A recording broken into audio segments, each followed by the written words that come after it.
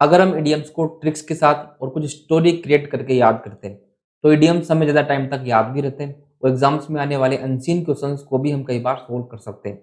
हम किसी इडियम के शाब्दिक अर्थ मतलब लिटरल मीनिंग से ही उसका non literal meaning find out कर सकते हैं। तो नमस्ते and welcome to Quantum Study. तो इस वीडियो में 30 इंपॉर्टेंट इडियम्स हम डिस्कस करेंगे, जहाँ पर हम ट्रिक्स की भी बात करेंगे और एमसीक्यूज के साथ इनको हम डिस्कस करने वाले हैं। तो फर्स्ट क्वेश्चन देखते हैं। His speech was all Greek to me. यहाँ पर आपके पास इडियम है ऑल ग्रीक। जैसा कि आपको पता होगा, हम या तो हिंदी बोलते हैं, इंग्लिश बोलते हैं, कोई और लैंग्वेज बोलते हैं। ग्रीक लैंग्वेज हमारे लिए क्या है, एक डिफिकल्ट चीज है, उसको हम समझ नहीं सकते। ऑल ग्रीक का मतलब होगा इनकॉम्प्रिहेंसिबल, जिसको हम समझ ना सके, इनकॉम्प्रिहेंसिबल को बोलेंगे all Greek. Next question, I have decided to give it a shot.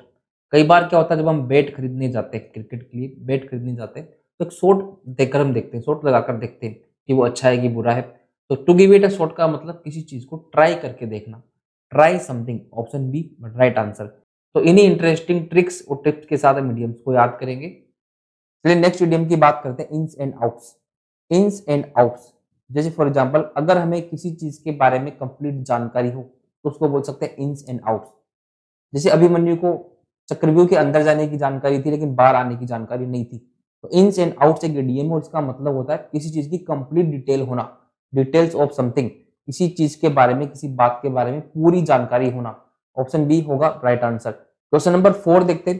He was down in the mouth as he was defeated in the match. Down in the mouth, आपने emoji देखे होंगे, down in the mouth. जैसे ये जो emoji आपकी screen पर आपको दिख रहा है, इसका माउथ क्या डाउन है और ये किसको रिप्रेजेंट करता है, इस तरीके का फेस, वो डिप्रेस और दुखी व्यक्ति को डिनोट करता है।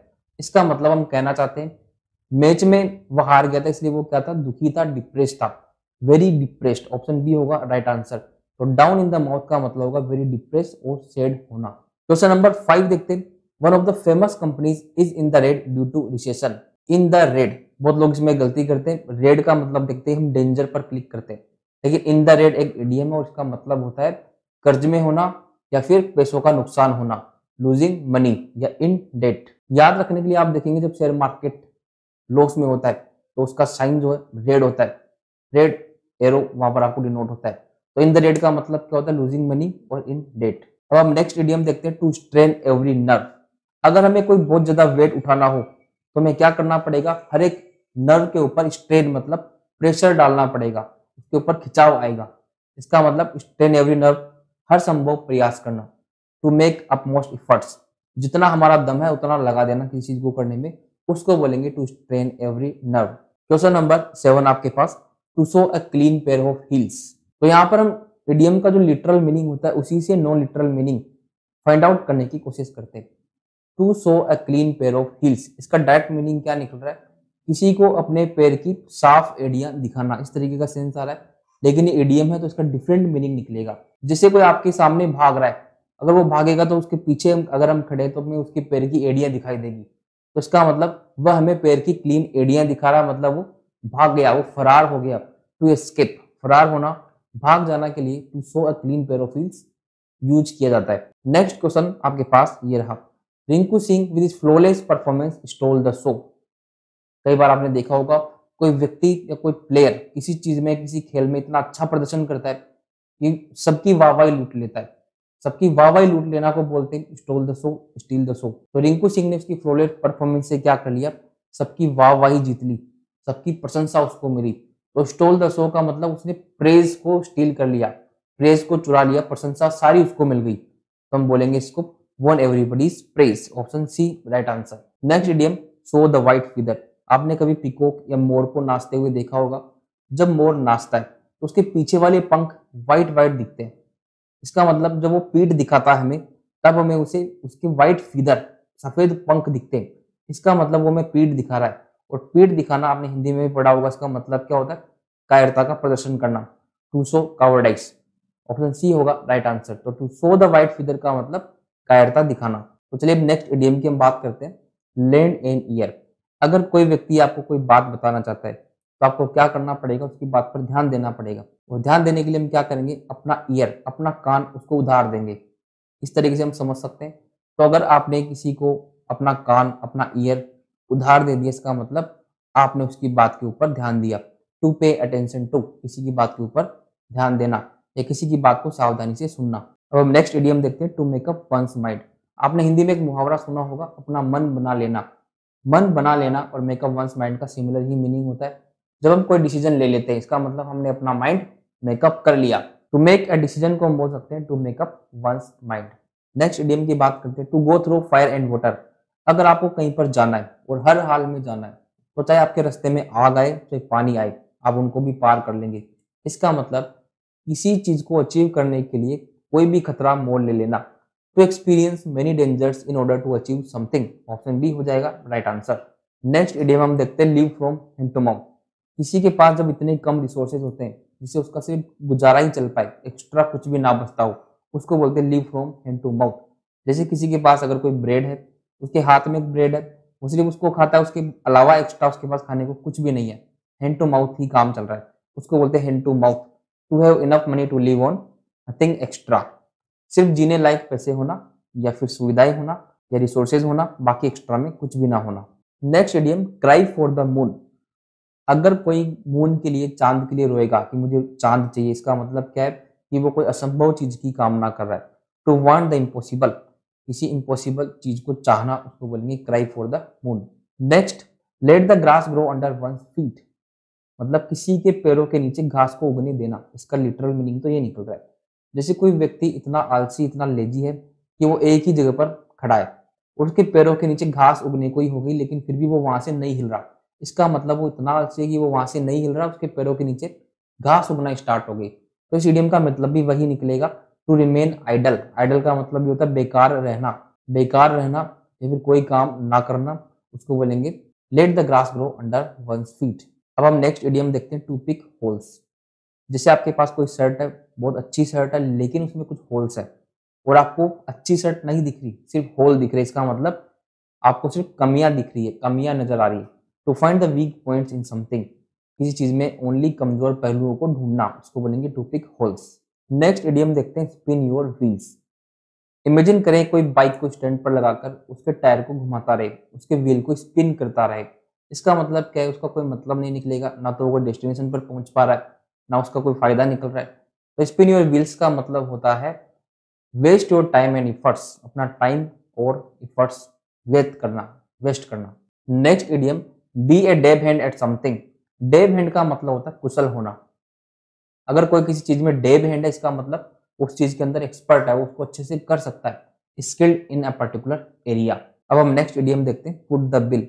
आपने देखा होगा, अगर आप कुछ फ्रेंड्स मिलकर किसी रेस्टोरेंट में खाना खाने जाते हैं, उसके बाद जब पे करने की बारी होती है तो आपके पास एक बिल आता है। बिल का अमाउंट जो होता है एंड में लिखा होता है, सबसे नीचे लिखा होता है, और उस एंड पार्ट को हम बोलते हैं फुट, सबसे नीचे की तरफ। और जो इस अमाउंट को देखता है वही जनरली उसको पे करता है। तो फुट द बिल का मतलब आप इस तरीके से याद कर सकते हैं, पे फॉर समथिंग, किसी चीज का भुगतान करना, पेमेंट करना। Next idiom, the company caught into a catch-22 situation about the new policy। catch-22 situation का मतलब क्या होता है? इमेजिन करें विराट कोहली का 22 रन पर कैच हो गया, किसी ने कैच कर लिया। अब अंपायर कंफ्यूज है कि वो आउट है कि नहीं, तो उसने थर्ड अंपायर पर डिसीजन रेफर किया। तो catch-22 सिचुएशन आप यहां से याद कर सकते हैं, कोई confusing situation. Next idiom, short after. Short after का मीनिंग आप डायरेक्टली ध्यान रख सकते हैं, अगर कोई चीज के पीछे सब भागते हैं, सभी को वही चीज चाहिए, तो उसको बोल सकते हैं sought after. In great demand, जिसकी डिमांड बहुत ज्यादा होती है। Next, to shed crocodile tears. Crocodile tears मतलब मगरमच्छ के आंसू बहाना, इसका तो हिंदी में भी हमें मतलब पता है, मतलब दुख का दिखावा करना। प्रिटेंड ग्रीफ, प्रिटेंड का मतलब भी होता है दिखावा करना, और ग्रीफ का मतलब दुख। नेक्स्ट इडियम देखते हैं, keep body and soul together. किसी व्यक्ति के पास इतने कम रिसोर्सेज हैं कि वो सिर्फ अपने आप को जिंदा ही रख सकता है, उसकी बॉडी और उसकी सोल, इसको साथ साथ ही रख सकता है। थोड़ा सा भी अगर कम हुआ तो उसकी सोल, उसकी आत्मा निकल जाएगी और वो मर जाएगा। तो keep body and soul together का मतलब सिर्फ निर्वहन करने लायक कमाना, to have just enough to sustain, जिससे जीवन यापन ही कर सके, एक्स्ट्रा में कुछ भी ना बचना। Next idiom, swelled head. कई बार आपने देखा होगा, बहुत लोगों को कुछ सक्सेस मिल जाती है, कुछ अच्छा मिल जाता है, तो उनके दिमाग पर सक्सेस सवार हो जाती है, फिर उनके अंदर आ जाता है घमंड। तो स्वेल्ड हेड मतलब उनका सिर स्वेल हो गया, मतलब सिर सूज गया, किससे? घमंड से। प्राइड, घमंडी होना को बोल सकते हैं स्वेल्ड हेड। नेक्स्ट इडियम हमारे पास कैपिटल पनिशमेंट। कैपिटल हम बड़े के सेंस में यूज कर सकते हैं, और सबसे बड़ी पनिशमेंट क्या होती है? डेथ सेंटेंस मृत्युदंड। तो डेथ सेंटेंस को बोल सकते हैं capital punishment. Next of and on. जब हम किसी चीज को ऑफ एंड ऑन करते हैं, इसका मतलब हम उसको कभी कभी करते हैं, ओकेजनली, किसी किसी ओकेजन पर। ऑफ एंड ऑन का मतलब occasionally. Dance to someone's tune, किसी की ट्यून पर नाचना, या मतलब किसी के इशारों पर नाचना, इसका मतलब होगा do what others want you to do, जो दूसरे लोग आपसे करवाना चाहते हैं वो काम करना।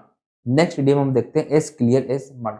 जैसे किसी ने आपको कोई बात समझाई और आपको समझ में कुछ भी नहीं आया, तो आप क्या बोलेंगे? आपने उतना साफ बोला जितना कि कीचड़ है। इसका मतलब आप उसको सरकास्टिक वे में ये बताना चाहते हैं कि आपने अच्छा नहीं बोला, मुझे समझ में नहीं आया, impossible to understand, as clear as mud. Next idiom head in the clouds. कई बार आपने फिल्मों में देखा होगा, मूवीज के अंदर, जब कोई हीरो या हीरोइन कुछ सोच रहा होता है, अपने कल्पनाओं के संसार में डूबा होता है, तो बादलों में उड़ता रहता है और कुछ सोचता रहता है। तो हेड इन द क्लाउड्स का मतलब होगा टू डे ड्रीम, कोई कल्पना करना। To play second fiddle. Second fiddle मतलब किसी के अंडर काम करना। टेक अ सबऑर्डिनेट रोल, कोई आपसे ऊपर एक व्यक्ति है, उसके अंडर में हम कोई काम करते हैं, तो उसको बोल सकते हैं second fiddle, to play second fiddle.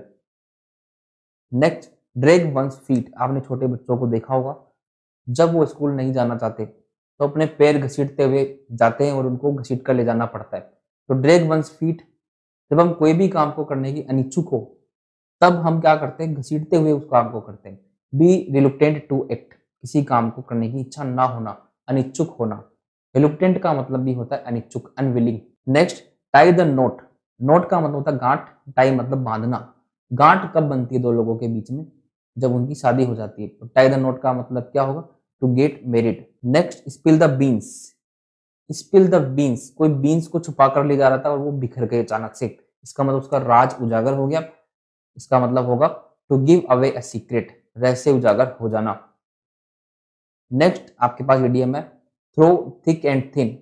जैसे थिक का मतलब होता है मोटा, थिन का मतलब पतला। जब कोई व्यक्ति का अच्छा टाइम चल रहा होता है तो जनरली क्या होता है? उसका वेट थोड़ा सा बढ़ जाता है, और जब बुरा टाइम चलता है तो थिन हो जाता है वो थोड़ा सा। इसका मतलब कोई व्यक्ति हमारा अच्छे और बुरे में साथ दे, उसको बोल सकते हैं कि उसने हमारी थ्रो थिक एंड थिन मदद करी। Good times and bad, in good times and bad option D होगा राइट आंसर। तो आज हमने इंपॉर्टेंट 30 इडियम्स डिस्कस किए हैं। आई होप आपको सारे इडियम्स क्लियर होंगे। अपकमिंग वीडियोस में भी आपको इसी तरीके के यूजफुल सेशंस मिलते रहेंगे। अगर आपको वीडियो यूजफुल लगा हो तो लाइक करें, कमेंट बॉक्स में अपना फीडबैक जरूर दें। Thank you.